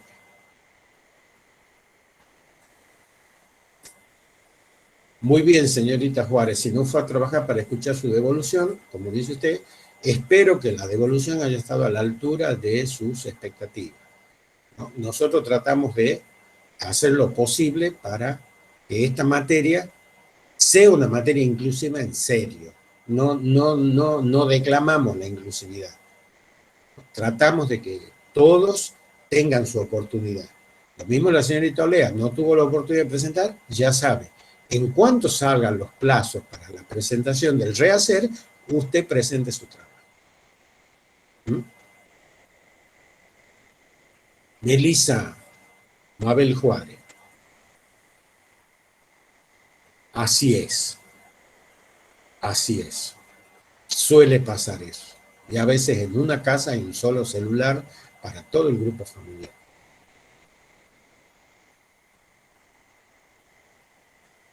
Bueno, yo le agradezco su esfuerzo y vea usted, hay un tema, claro, lo que pasa es que con el aislamiento y la distancia se vuelve fundamental contar con un recurso. Pero cuando usted tenga ese tipo de problemas, trate de integrarse en un grupo. El grupo muchas veces funciona como factor de contención de aquellos chicos que por distintas razones no tienen todos los recursos, ¿no? En primer lugar, señorita Juárez. Y bueno, en la medida de las posibilidades suyas y de su familia, esperamos que dentro de pronto, de poco, pueda usted, dentro de lo posible, recuperar la situación de su conectividad. Mientras tanto, está muy bien que usted avise para que nosotros tomemos nota de esta situación. Porque esa situación se considera, obviamente. No sé si me entiende. Y además me parece muy bien su esfuerzo de estar presente en las clases, porque eso es lo que vale acá, ¿no? Bien. No sé qué otra cosa hay, qué otra pregunta hay. No sé si quieren agregar algo, Eli, Susana, Emanuel. Tampoco No quiero sé, monopolizar la palabra. sí, no sé, si para que les quede claro a los chicos cómo va a ser el tema de, mm, del rehacer y para aquellos que están desaprobados, a ver si entienden cómo va a ser la consigna y demás. Y volviendo al tema de la comunicación, Daniel, si me permite, y volver a recalcar a todos y a todas, es que la cátedra tiene varios canales de comunicación. Está el campus virtual, donde ustedes pueden dejar mensajes en la mensajería interna. Luego tienen un correo institucional, que es Historia General de la Educación y la Pedagogía, @filo.com. Y después está el correo que siempre se utiliza, que es el Gmail. También tiene un sistema de mensajería interna, el blog, y tal vez el más usual y por ahí tal vez más accesible es el Facebook, donde también por Messenger se pueden comunicar con la cátedra. O sea, los canales están abiertos, por supuesto, no estamos permanentemente conectados, no estamos siempre a disponibilidad de la cátedra porque trabajamos en otros horarios, pero reciben respuestas de parte nuestra, ¿no? Y a todos los que se han comunicado por estos medios han tenido su respuesta donde se han contemplado determinadas situaciones. Traten de no llegar, como decía el profesor, en donde los plazos están vencidos, ¿no? Porque también hay que tratar de ser justos para aquellos con quienes han cumplido, ¿no? En tiempo y forma. Entonces, por ahí los criterios tratan de ser los más, lo más justos y no caer en una cierta impunidad. A vos sí, a vos no, tratamos de ser siempre en lo posible prudentes y justos, ¿no? Bueno, no sé, decirles que las consignas van a seguir siendo las mismas que les ha tocado, por eso es un rehacer en calidad de recuperación. Bien, entonces hay una instancia de recuperación en la cual ustedes tienen que rehacer el trabajo. Sigue siendo la misma consigna. Tengan en cuenta todos los aportes que hizo el profesor Yepes, que hizo la profesora Liz Jaimes, que hice yo, que hizo Emanuel. Bien, entonces, una vez que se publique la lista con las notas obtenidas, van a tener un plazo de 15 días. Es decir, que van a tener la posibilidad de presentar hasta el 31 de agosto. Bien. Emanuel, ¿se puede hacer una pestaña para que sea, digamos, una reentrega del parcial en el campus? Y Emanuel, ¿por qué no la pones ahora, aunque sea para que hagan una visualización rápida, así como has hecho la presentación, ponerla en la planilla con las notas y pásala despacio para que cada uno vaya viendo? Y como dice Susana, toda evaluación, chico, además por reglamento tiene derecho a una recuperación. La recuperación no es indefinida. El reglamento dice derecho a una recuperación. O sea que ustedes de este trabajo, lo mismo que a los parciales, tienen una recuperación. Si desaprueban, ya no van a quedar en condiciones de promocionar la materia, pero sí de regularizarla. Y ya saben que regularizar esta materia, que es un monstruo de 7 cabezas, ¿no es cierto?, es algo muy valioso. No lo desprecien a eso. Rendir libre es rendir 3 exámenes. Tienen que hacer un trabajo escrito, lo tienen que aprobar, tienen que rendir una instancia escrita en la mesa y tienen que rendir una instancia oral. O sea, es una cosa muy difícil rendir libre. Entonces, estas cosas les vamos diciendo para que ustedes no crean que porque, bueno, si no, no va bien en esto. No, ser alumno regular implica muchas cosas, lo mismo que promocionar, ¿no? Así que bueno, Emanuel, ponelo al cuadrito para que ellos lo vean y después lo colgamos en el Facebook y en la plataforma, para que Bien. tengan acceso. En la plataforma, en la plataforma ya está subido, está en visible, está en visible la devolución de los ensayos, digamos que lo pueden descargar, y la pestaña para que ustedes suban los trabajos, perdón, la pestaña para que, claro, para que suban las recuperaciones. Ahora lo que hacemos sería... Hay que precisar también la fecha de presentación de la recuperación. Según el calendario de septiembre, ¿sería el 1 o el 2? Me parece que 2. El 2 de septiembre. No, Claro. no, 31 de agosto. Es martes 31 de Ah, agosto. martes 31. Martes Bueno, 31 de agosto. martes 31 de miércoles 1.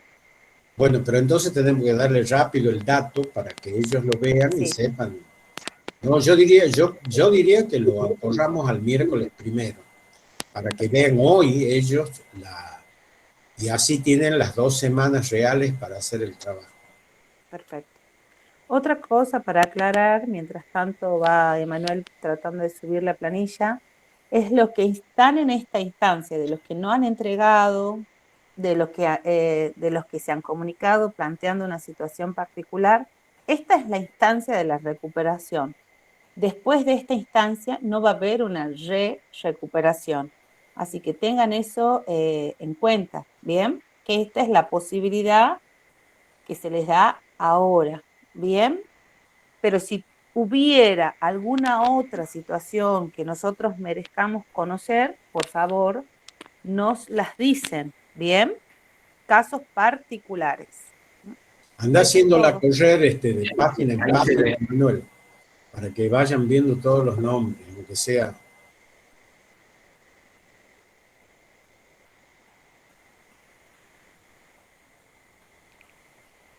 Buenos días, profe. Le hago una consulta. ¿Por qué aparezco en amarillo? Es una cosa, no tiene nada que ver, que Ah, quedó bien. así por el nombre. Gracias. Capaz que cuando ha nacido tenía ictericia, entonces quedado.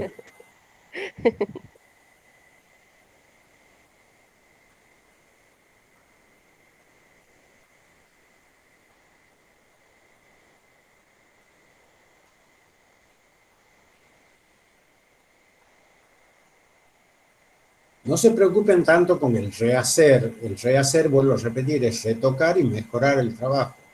Preocúpense cuando diga desaprobado, porque eso tienen que hacerlo al trabajo nuevamente, ¿no? Yo creo que eran los amarillos, ¿no era, Emanuel, los que estaban aprobados? No, ¿no? No, pasa que quedaron algunos ahí colgados, medio pendientes, entonces quedaron en el traspaso de una lista a otra, tenían el color amarillo puesto, solo el nombre, pero no indica nada. No indica nada, perfecto. Había pensado en que tenía que sacarlo y me olvidé de hacerlo, así que ya lo voy a modificar y voy a volver a subirlo al campo para que no haya confusión. Yo lo único que sí quería intentar señalarlo un poco, además de esto, sí, vamos por orden alfabético. Ustedes fíjense que estamos con la M.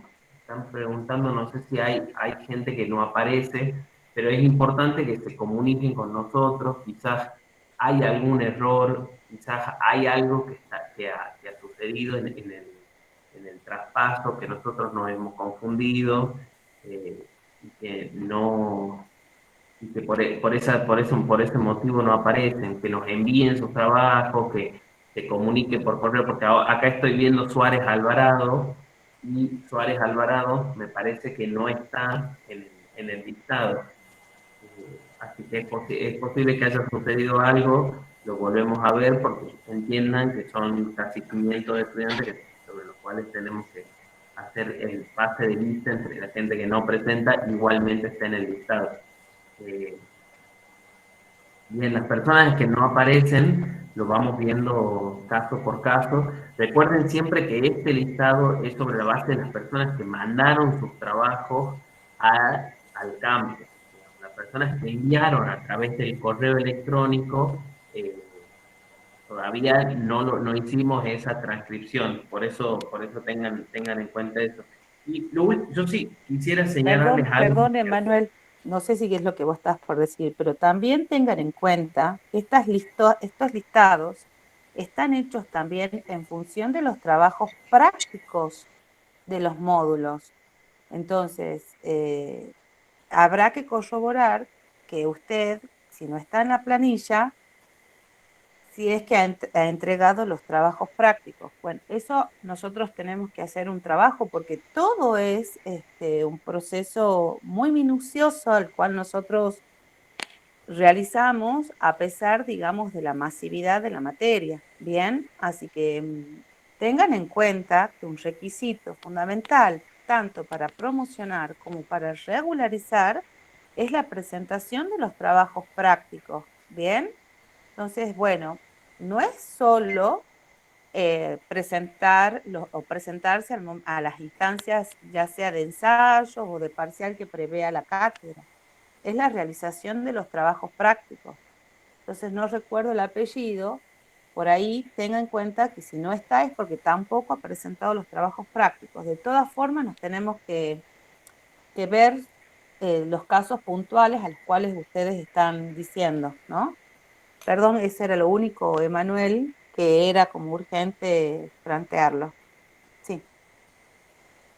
Bien, bien, no, estoy viendo ahí Suárez Alvarado que presentó su trabajo. Bueno, esto ustedes tengan en cuenta que acá nos aparece todo, que no, en esas cosas todas las verificaciones posibles las tenemos y efectivamente acá aparece el trabajo de Vanessa Suárez Alvarado. Vamos a ver si es un error en el pase de personas al listado o si todavía es necesario que quizás ahí no se descargó el documento, algo de eso puede haber sucedido, pero lo antes posible va a tener el resultado.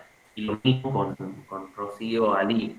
Eh, si lo mandó en grupo, qué persona lo mandó, y ahí viene una de las aclaraciones también, que quizás a mí me gustaría como también admitirse a ustedes en función de las instancias que vengan a ustedes, para ustedes, no solo con esta materia, sino con todas.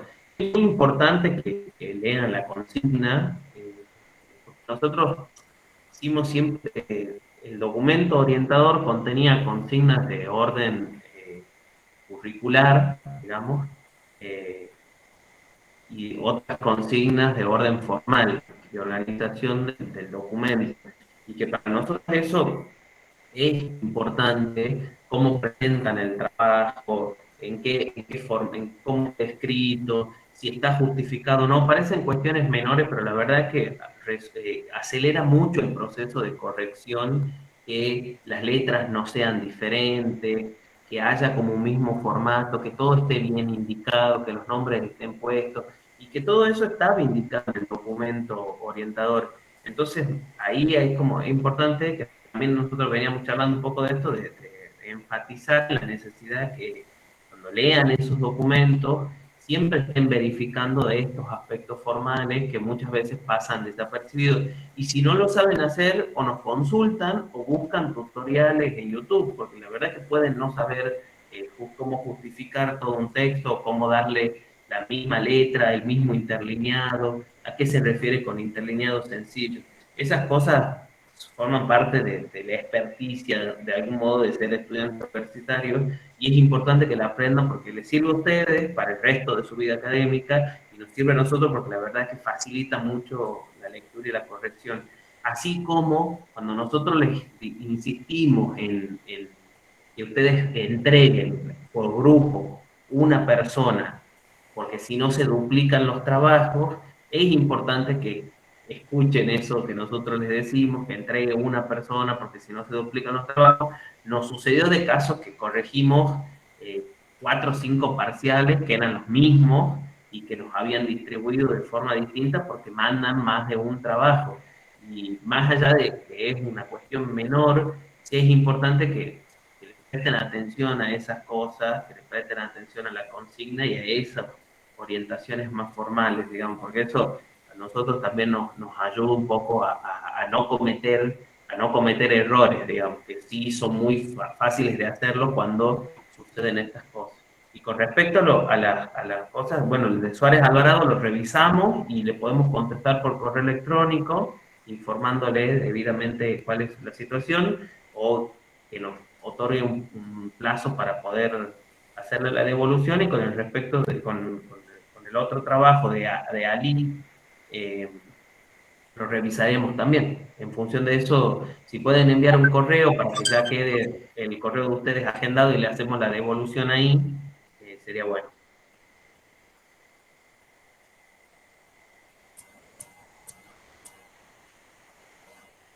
Sí, habría que agregar entonces de que quedamos en que hoy verían la planilla y a partir de mañana hasta el 1 de septiembre tienen el tiempo de recuperación.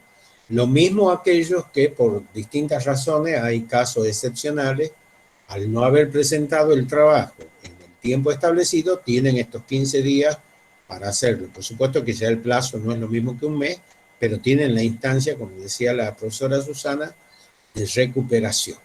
¿No? Así que bueno, y están las consultas, cada vez que por ahí capaz que podemos dar otra clase de este tipo a mediados de la semana que viene para que veamos cómo van con los avances de los trabajos, qué dificultades tienen, ¿no? Porque otra cosa que nos ha llamado mucho la atención es que nosotros no hemos tenido preguntas puntuales sobre los trabajos, ¿no? Hemos tenido una sola pregunta, una cosa media rara de alguien que nos mandó un trabajo a la 1 de la mañana y pretendía respuesta en pleno receso.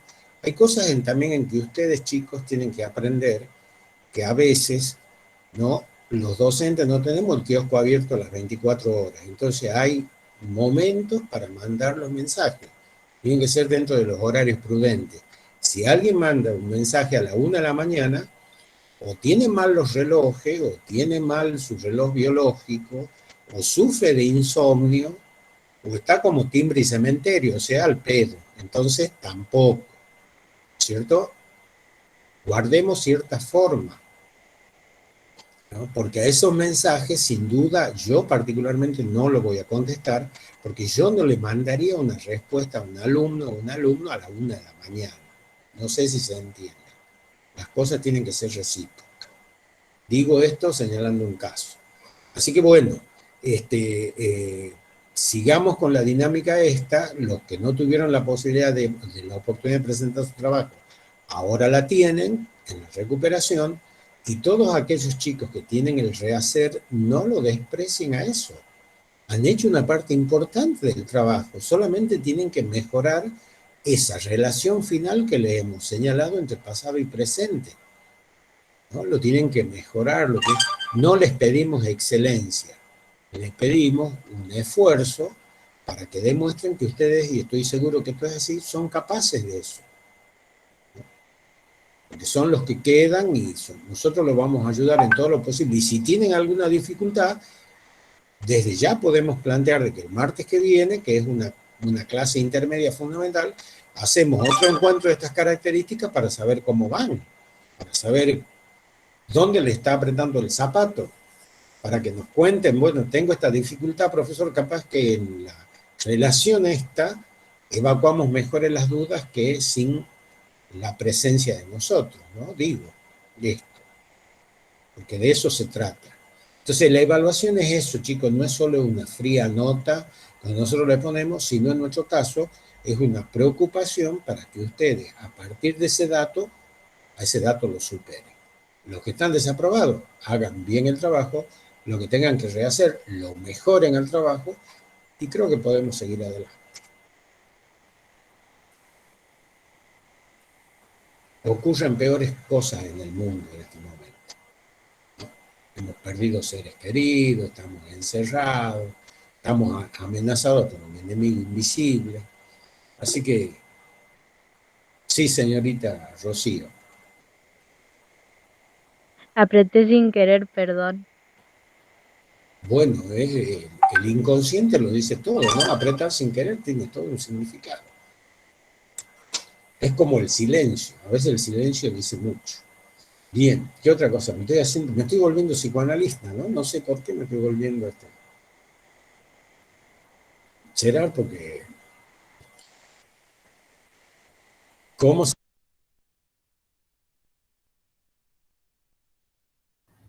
Se silenció, profe. ¿No querías decir algo, Liz, digo? No, mi intervención era sin voz, pero era mi inconsciente también. Iba a decirte de la influencia de Graciela. De la señora. Se refiere a mi señora esposa, claro. Así es. Ella es mi super yo cotidiano, pero bueno, puede funcionar. Sí. ¿Algo más? ¿Queda alguna duda? Yo diría entonces, propongo, sugiero, de que el próximo martes nos conectemos a las 8, nos digan cómo van con los avances, qué dificultades tienen, y les va a quedar una semana para mejorarlo. Pero ya saben, concéntrense porque, según lo que ha dicho Emanuel, fíjense en los trabajos, porque hay devoluciones en algunos trabajos, o no sé si en todos, pero hay devoluciones donde se les marca esto, se les marca este otro, ¿no? Y traten, chicos, de respetar la forma. Vuelvo a repetir, no confundan estilo con forma y contenido. El estilo del literario del ensayo es libre, pero este ensayo, que es un ensayo que tiene un carácter científico y tiene el formato de una prueba, respeta pauta. Primero, la consigna. Luego, las 3 secuencias: presentación, desarrollo y conclusión. Hay que respetar porque la forma es esencia y la esencia es forma. El envase es contenido y el contenido es envase. Hay chicos que han escrito una cosa, por ejemplo, hay una chica que empezó escribiendo todo sin que vos sepas qué era. No tenía ni título, ¿no? Empiezan diciendo, bueno, en la antigüedad greco-latina, y vos deducís, por una cuestión deductiva, deducís de que se trata del tema de esto del trabajo manual intelectual, que es una de las personas que sostenía en su conclusión, que era de 3 renglones, que el trabajo manual no existía hoy. Ahora, el trabajo manual existe siempre, porque somos organismos integrados, además. No podríamos escribir si no tuviésemos cerebro, aunque hay mucha gente sin cerebro que escribe, sobre todo muchos periodistas sin cerebro que escriben, ¿no? Bueno, pero eso es una dicotomía propia de la posmodernidad, de esta locura en la que vivimos. Entonces, el trabajo manual, el trabajo llamado del Homo Faber, la persona que produce, lo desarrollamos todo, hasta cuando colgamos un cuadro en la pared y martillamos la pared, creyendo que es fácil poner un clavo y nos martillamos los dedos y empezamos, ¿no es cierto?, acordándonos de la madre de lo otro, de la tía del otro y todo lo demás, ¿no? Entonces, la actividad manual existe siempre y es parte de nuestra psicomotricidad. Entonces, no se puede afirmar que hoy, digamos, está en desuso. Eso a mí me llamó mucho la atención. Bien, no sé qué otra cosa más hay. Ya estamos en horario, además son las 10. Estamos ya en las 2 horas de...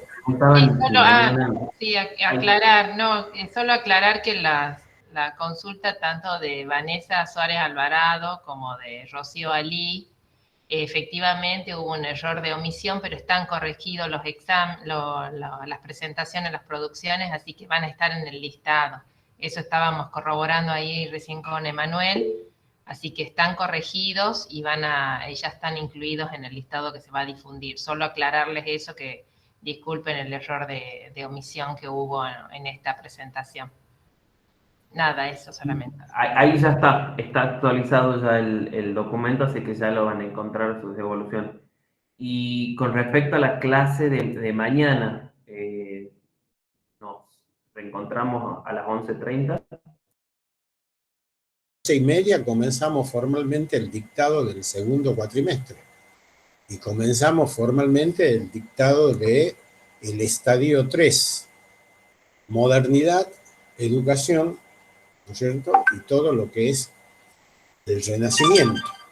Creo que ya hemos dejado planteados los lineamientos generales del realismo pedagógico y vamos a retomar esto para comenzar de nuevo ya el segundo cuatrimestre, como decía Bolívar, a paso de vencedores. Así que bueno, nada, a las 11:30 ya estamos viéndonos en la clase.